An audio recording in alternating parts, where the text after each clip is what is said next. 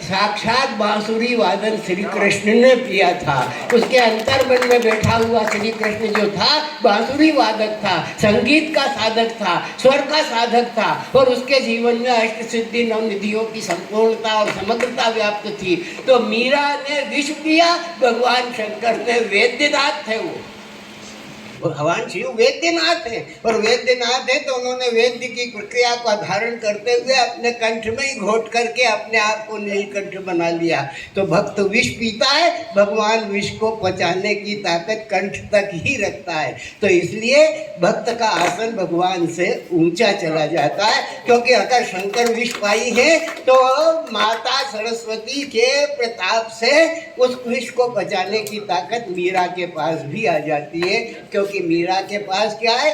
स्वर है, और जहाँ स्वर है वहाँ समाया हुआ ईश्वर है। तो लता इधर से भी लता है और उधर से ताल है, तो उसमें ताल भी है, लता भी है। तो सप्त स्वर सप्त सिंधु में उठे, छिड़ासन मधुर शाम संगीत। और इस शाम संगीत को लेकर के इंदौर गौरवान्वित है। वो अपनी बहन को, अपनी माँ को, अपनी बेटी को याद करके अपने आप को धन्य बनाता है। एक तरफ माता अहिल्या का अक्षुण्य गौरव है, दूसरी तरफ लता मंगेशकर का अक्षुण्य स्वर है, जो ब्रह्म निनाद की तरह प्रकृति के खंडों में घूमता है।